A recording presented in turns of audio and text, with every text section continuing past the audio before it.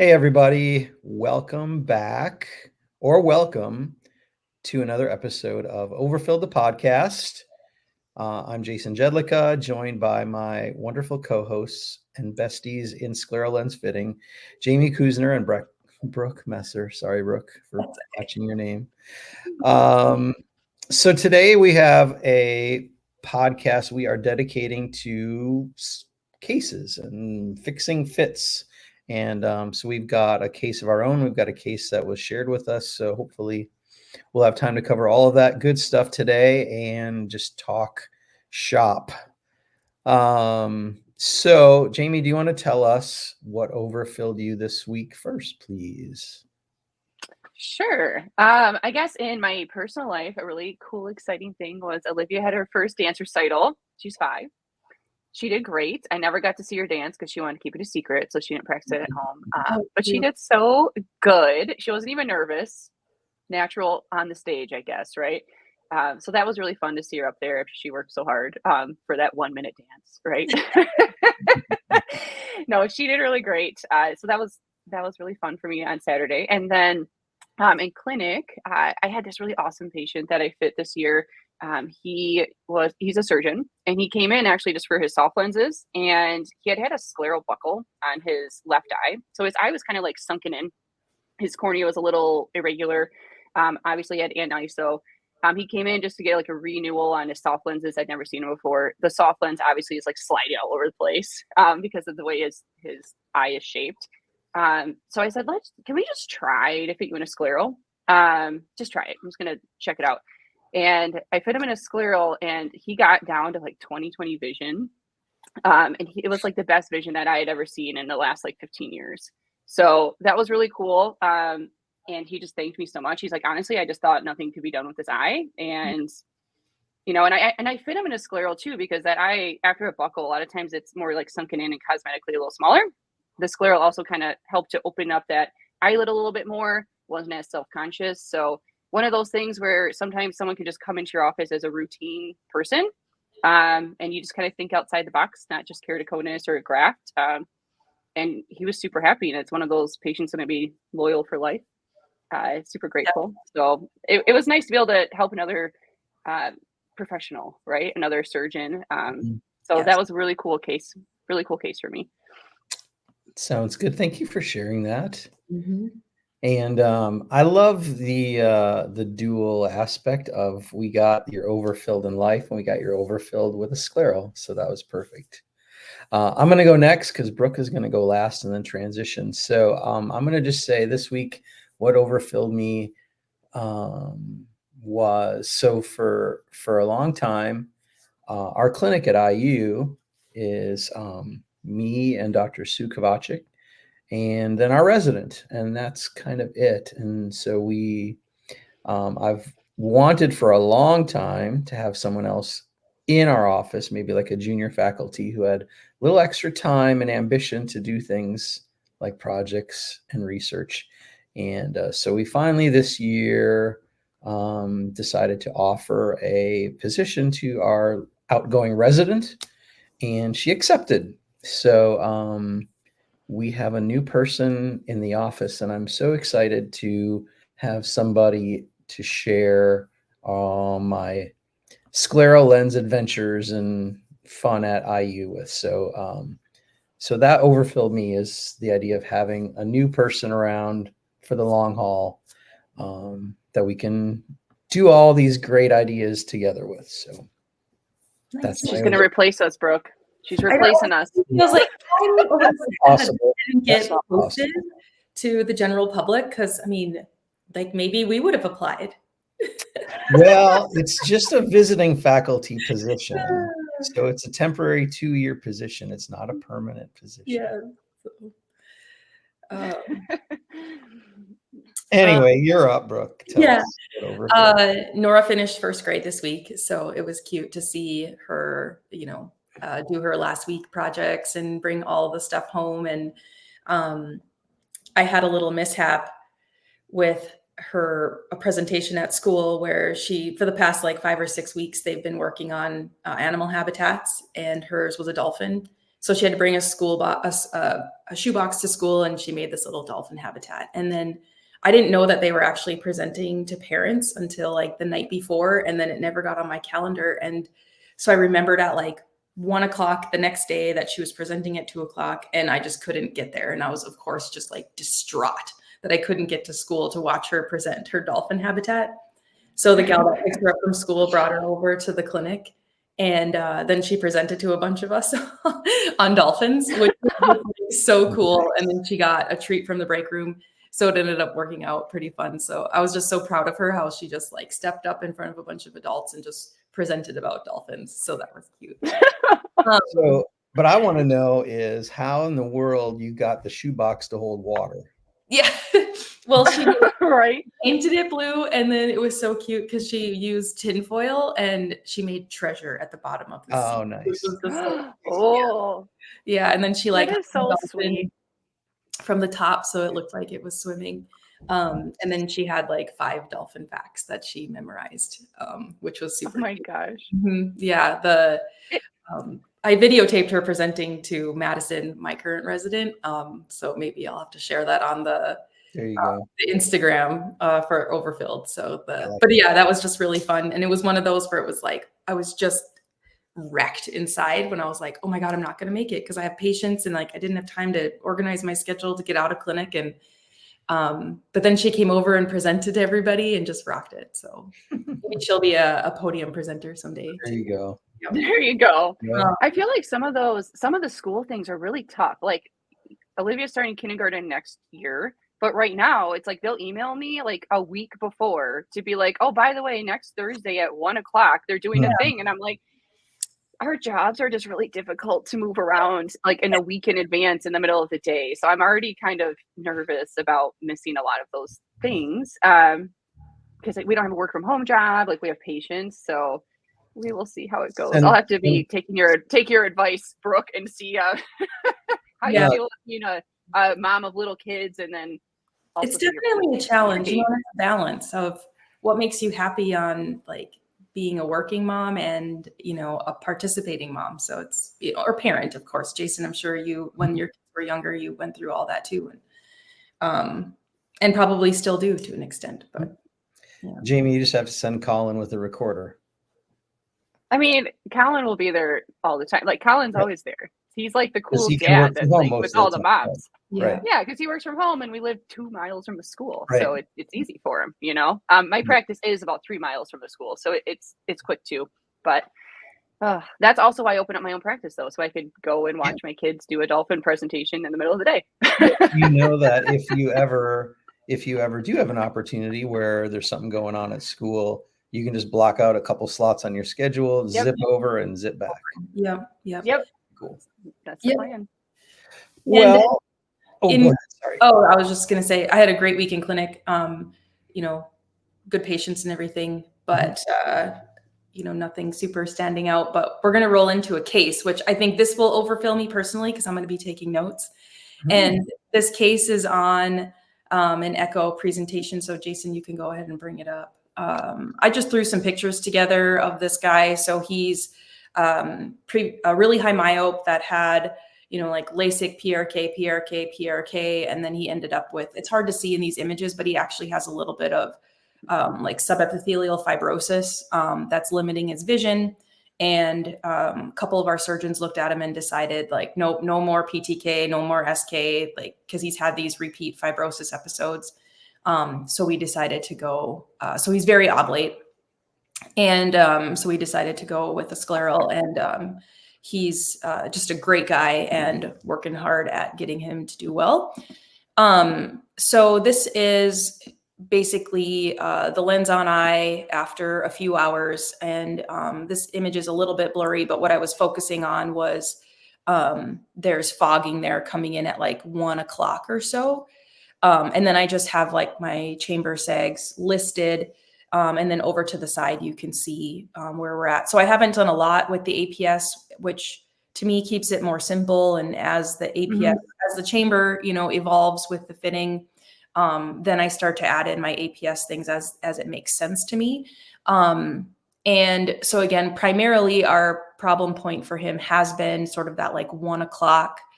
And I have some fluorescein photos. So if you want to go to the next image, Jason, just wanted to show on this one that like all in all, like it's looking pretty good, like nothing on white light, at least.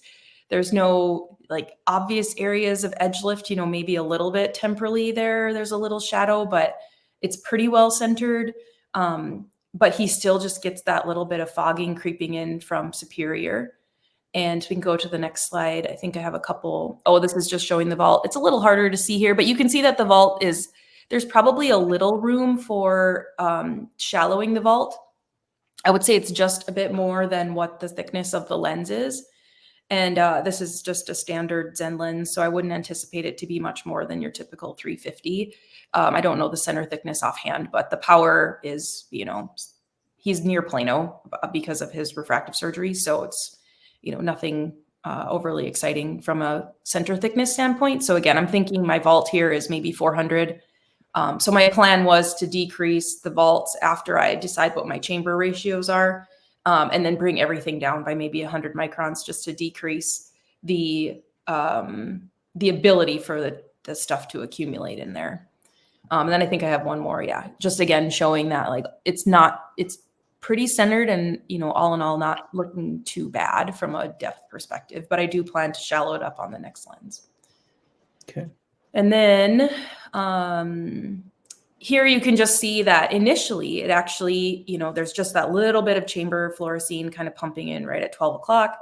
And that it doesn't, I think something that we've learned, or at least I've learned from you, Jason, is it kind of helps me decide if I'm changing an edge or a chamber based on where the fluorescein kind of sits and accumulates. And when I'm pumping the lens around under cobalt light, it's hard to actually see the fluorescein come underneath the edge. So to me, I feel like my edges are pretty good. But when it shows up, it's right there at the limbus, and it kind of like rides the limbus all the way around.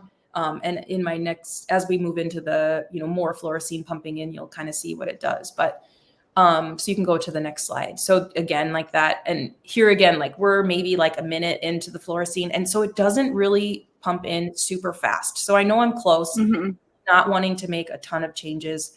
But go ahead to the next slide. What was interesting though, is that after I sat there for a bit, I think I like, I don't remember, but I ended up maybe leaving the room to get something like a plunger or fluorescein or saline or something. I don't quite remember. But then I came back and the lens flipped. So now the lens is upside down. And so that told me that I probably don't have enough asymmetry in the lens to lock it in. Or it's just, I don't know. But anyway, the lens is upside down and it stayed here. So I tried to kind of like wiggle it and it ended up going back to this point. And in a way I was thinking, well, you know, normally when you do your, well, I guess this doesn't have a chamber axis offset. So it's still going to rotate where it wants to rotate and align. But anyway, so it sat here and you can see how that fluorescein, you know, then kind of fills in. And it's again, looking at it, it appears that it's still just coming in only from that 12 to 1 o'clock area. And then I think I have one with white light. And to me, this is the one that kind of tells the best story. And I'm hoping that people who watch this kind of learn how, and hopefully I'm looking at it the right way after you guys see what I did. And hopefully you look at these oval fluorescein patterns the same way. So, you know, there was a case presented on one of the scleral lens forums last night on Facebook or whatever. And, you know, it was kind of a hot post and people were talking about bielevation and, but there was no real comments about like evaluating the fluorescein pattern and using fluorescein to evaluate these eyes. And there's just really no way you can add bielevation if you're doing it empirically or diagnostically, without fluorescein on the eye. And so on this image here, I put, you know, since the lens is rotated, I matched the lens depths on the picture so that where it's rotated, you can see what it is.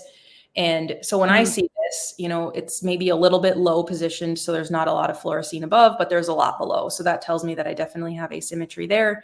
And then looking on the right side, which would be his temporal side, you can see the fluorescein kind of extends past the limbus in a lesser density. And then nasally, I actually thought it looked really good.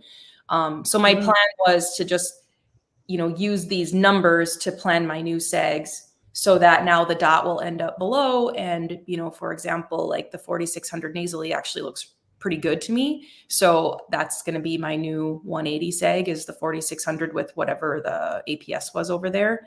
And then, adjust primarily my other three to align it up. And so if you guys want to comment on, we can go over the numbers next, but if you guys just want to comment on what you see and what you think, because again, the goal is we're right on with power. There's no adjustments there. The goal is to get rid of this guy's fogging so he can actually wear the lens. Okay. I'm going to go back to the beginning, Jamie. I guess my question is, do you have any comments about this? Yeah. So I haven't fit as many echoes as you guys. Like, how much offset do you need to make it stable? Because there's only like 100 microns. So I'm wondering if that's why it's flipping, because you almost need more. Yep. What do you think, Jason? Do you think you need more of a differential to lock it in? Well, let's clarify when you say offset. Okay, I meant difference between the meridians. Okay, yeah, because offset means you're separating the axes, and you don't need any offset to make it stable necessarily. Correct. Yes, I meant difference between the meridians. Yes. Yeah. So the reality is, again, if you look at this picture and you take the sags you have, 4600, 45, 44, 45. There's a difference there, but then in the 180 meridian, you're at steep 5. Which actually adds 150 microns more depth to that meridian at the lens edge. And I think are all standard. So if you actually look at your sags total, including the APS, you're 46, 45, 45, 50, 45. And that means you have 100 microns difference total in between any two. And so, I had somebody recently who I fitted, and I had them in a bi-elevation. And for some reason, I inadvertently flipped the axes on the APS, so that I had my deeper meridian of my bi-elevation had the flatter APS and vice versa, so that there was very little difference actually at the edge of the lens. And she was getting the same problem. It was rotating all over the place. And I was like, okay, that's because I've got my APS misaligned. But the point being, again, is if you had a patient who had like a 1 diopter toric cornea and you fit them in a 1 diopter back toric GP, you would not expect that to be rotationally stable. Yep. I mean, you would if the lids never touched the lens, but the lids interact. So on an eye like this, where you've got literally 100 microns difference between any, or less than 100 in any one quadrant, lid interaction and everything is going to pull this lens out of position. So I'm not surprised it rotated either.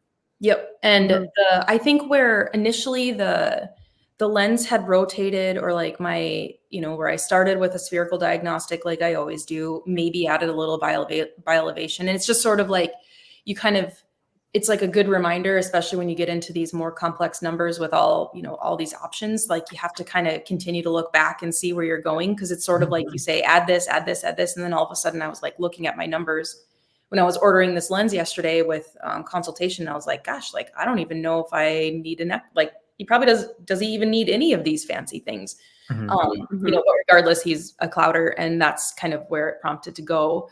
And I think initially a while back, the 270 was rotating so that it was more like my 4600 was actually at that like 1 o'clock.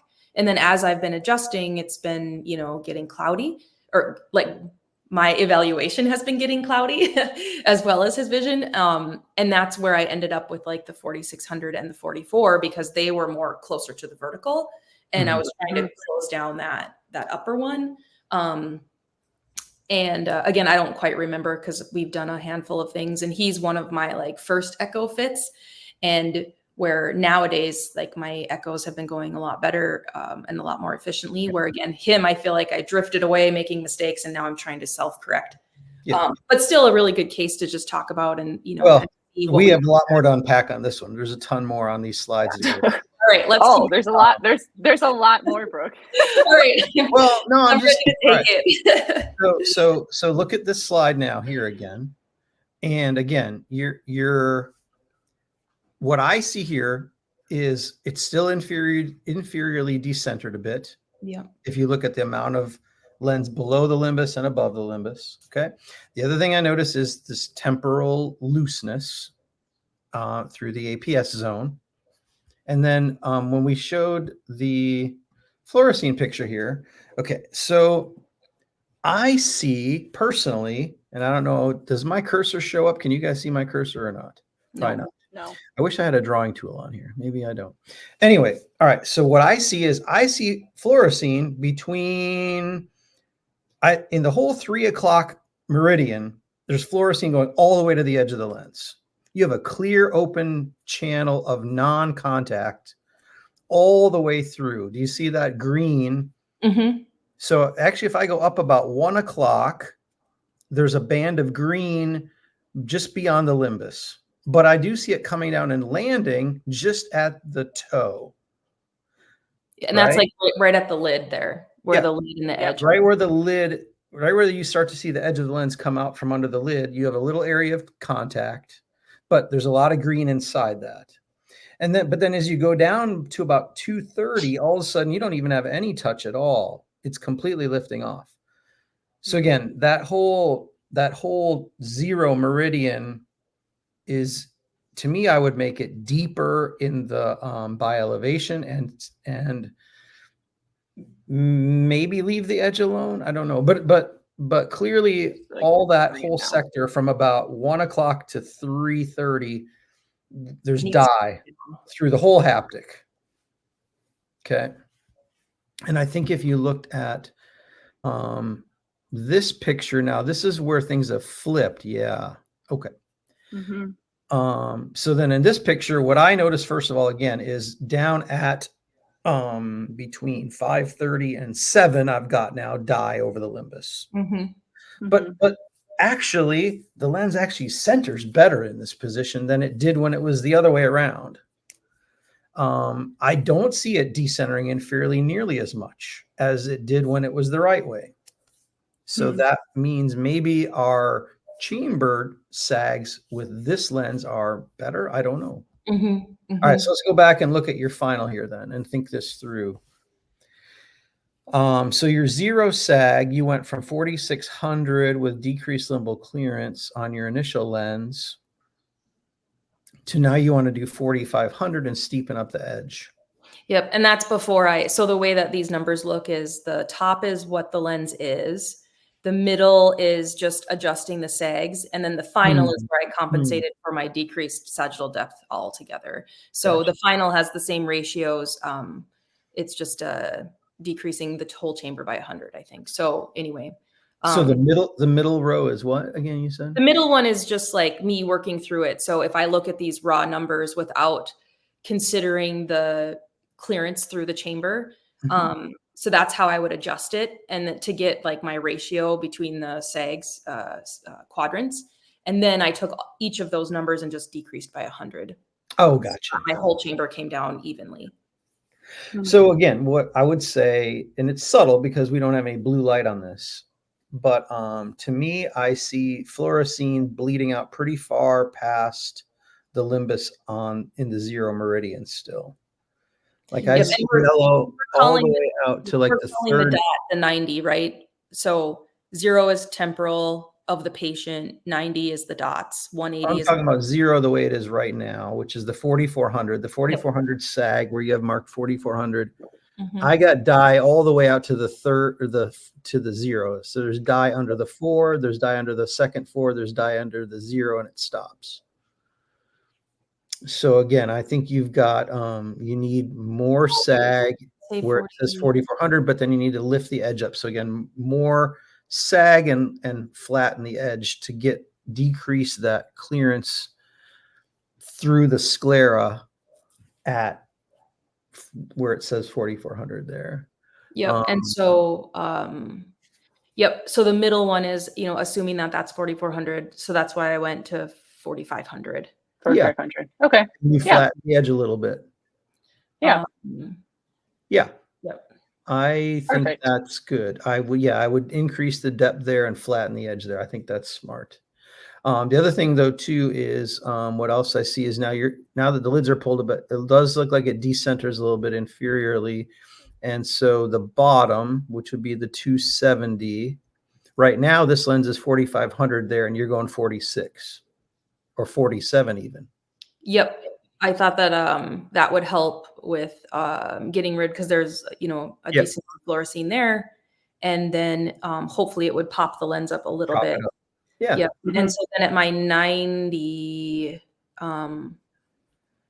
I did 4750 because I thought that it needed to be, once I centered it, I would need to bring it down. And then I brought it down even a little bit more from a like chamber sealing standpoint is kind of where I was going with the 40, the dot meridian, where the dot is now, 4,500 to 4,750 was to seal off the chamber. And again, once it's popped up, it's going to have more clearance up there.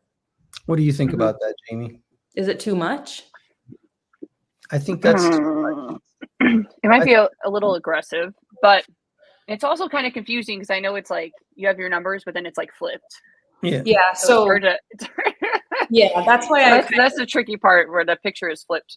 Yeah, that's why I wrote the numbers on there. And so just like forget the meridians of the lens itself and just look at the meridians of the eye. And then the middle one is what the new numbers would be, so that the dot then ends up down. My concern is if you go that much deeper in the 12 o'clock meridian there now, that you're going to almost do like when you get a sag surprise by overdoing it. Yeah. You're going to start to push away, and then all of a sudden you're going to lift off again, and where you're fixing it inferior and in the 3 o'clock meridian there, you're going to start to lift again because now you've gained so much depth up above, you're going to start over vaulting again. I wouldn't change the top much, to be honest.